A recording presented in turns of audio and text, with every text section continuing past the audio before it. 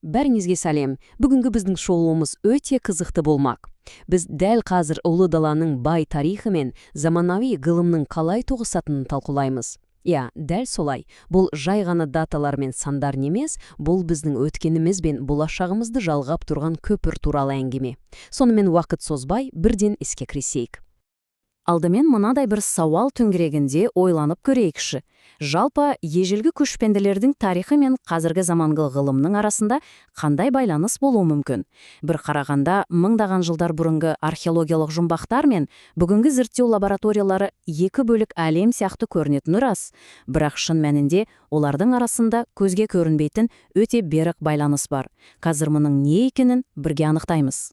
Алдағы бірнеше минутта біз мынадай негізгі бағыттармен жүріп өтеміз. Тарих пен ғылымның қалай тоғысқаны, ежелді дала құпиялары, өнеркәсіп пен соғыс жылдарындағы бетбұрыстар, ұлы ғалым Қаныш Сәтпаевтың феномені, ғылым академиясының жүріп өткен күрделі жолы және әрине тәуелсіздік пен біздің ғылымның болашағы. Ендеше бірінші бөлімнен бастайық. Тарих пен ғылымның тоғысуы.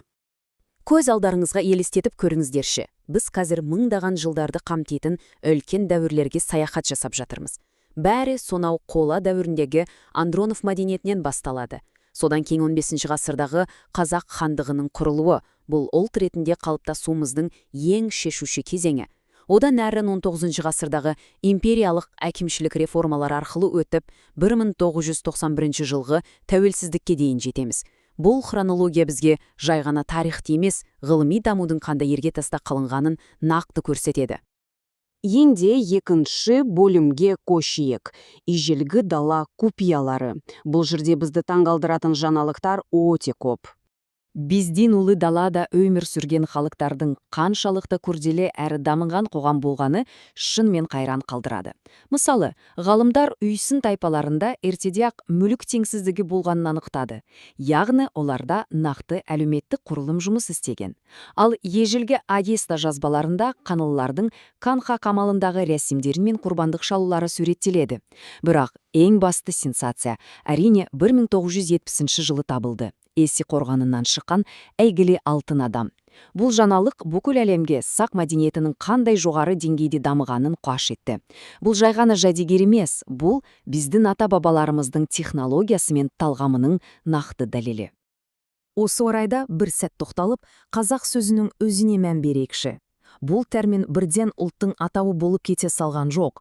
Ол алғаш рет 10 ғасырдағы Хорасан жазбаларында әлеуметтік мәртебені білдіретін ұғым ретінде кездеседі. Бірақ уақыт өте келе 14 ғасырға қарай бұл сөз біртұтас хандықтың нақты этникалық топтың бірегей атауына айнала бастады. Бір ғана сөздің эволюциясының өзі тұтас бір этностың тарихи жолын көрсетіп тұр емес пе?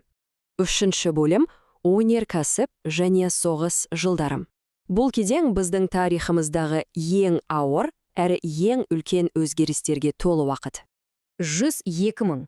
Бұл жай ғана сандар жиынтығы емес, бұл соғыс қарсаңында Қазақстанға күштеп жер аударылған поляктардың нақты саны. Бұған қоса 30 жылдары қиыр шығыстан Корея диаспорасы да көшірілген болатын.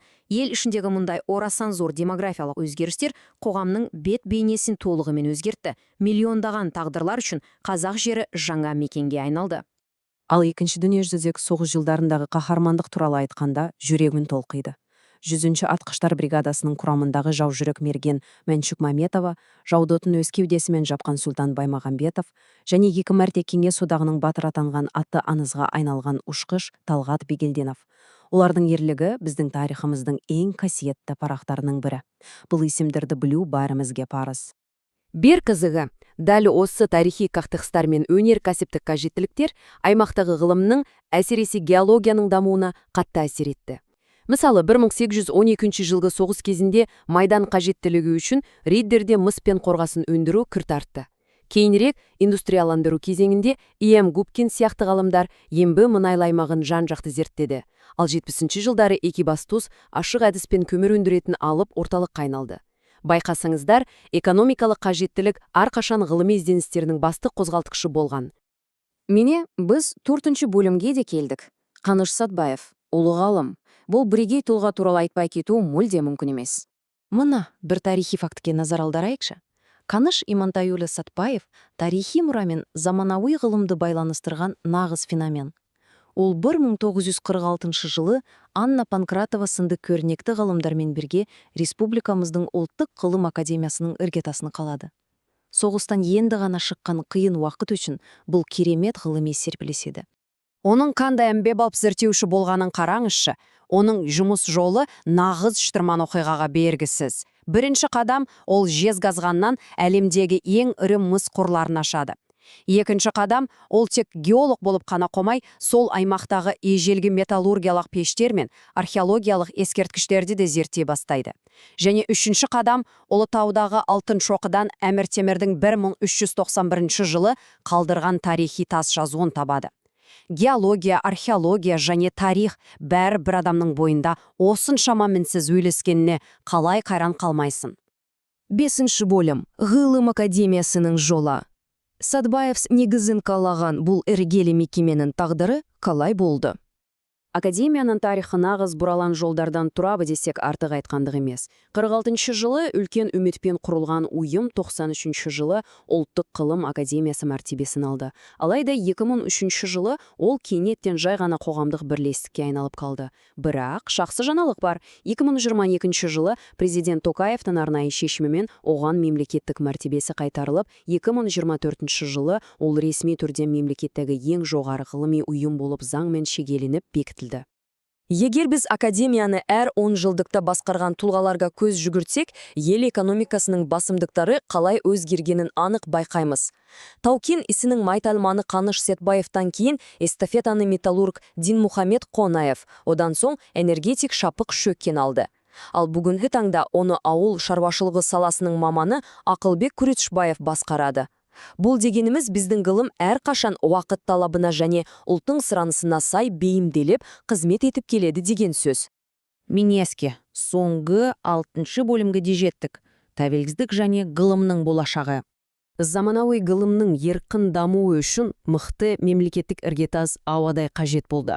Бұл құрылыс 1990 жылғы егемендік туралы декларацияны қабылдаудан басталды. Содан кейін 93 жылы алғашқы конституциямыз күшіне енді, ал 95 жылы президенттік республика жүйесіне толықтай өттік. Осы іргелі саяси қадамдардың барлығы бізге тәуелсіз ел ретінде аяққа нық тұруға және барлық саланы, соның ішінде ғылымды да жаңаша еркін қалыптастыруға мүмкіндік берді. Әрине, 90-шы жылдардың соңындағы нарықтық экономикаға өту кезеңі оңай болған жоқ. Жекешелендіру процестері бұрынғы жүйені түбегейлі өзгертті. Бірақ дәл осы өзгерістер бүгінгі ғылыми зерттеулер мен технологияларды қаржыландырудың мүлде жаңа тәсілдерін дүниеге әкелді. Қазіргі кезде ғылым академиясының басты рөлдерінің бірі жай ғана зерттеу жүргізу емес, сонымен қатар ел болашағы үшін аса маңызды стратегиялық бағыттарды, яғни форсайттық зерттеулерді үйлестіру болып отыр. Сонымен біздің бүгінгі шолуымыз өз мәресіне жетті. Осымшама бай тарихи фактілер мен ғылыми жетістіктерді сараптай келе, мен сіздерге мынадай бір ой тастағым келіп тұр. Бүгінгі біздің жасап жатқан ғылыми жаңалықтарымыз ертеңгі тарихымызды қалай өзгертпек? Қалай ойлайсыздар?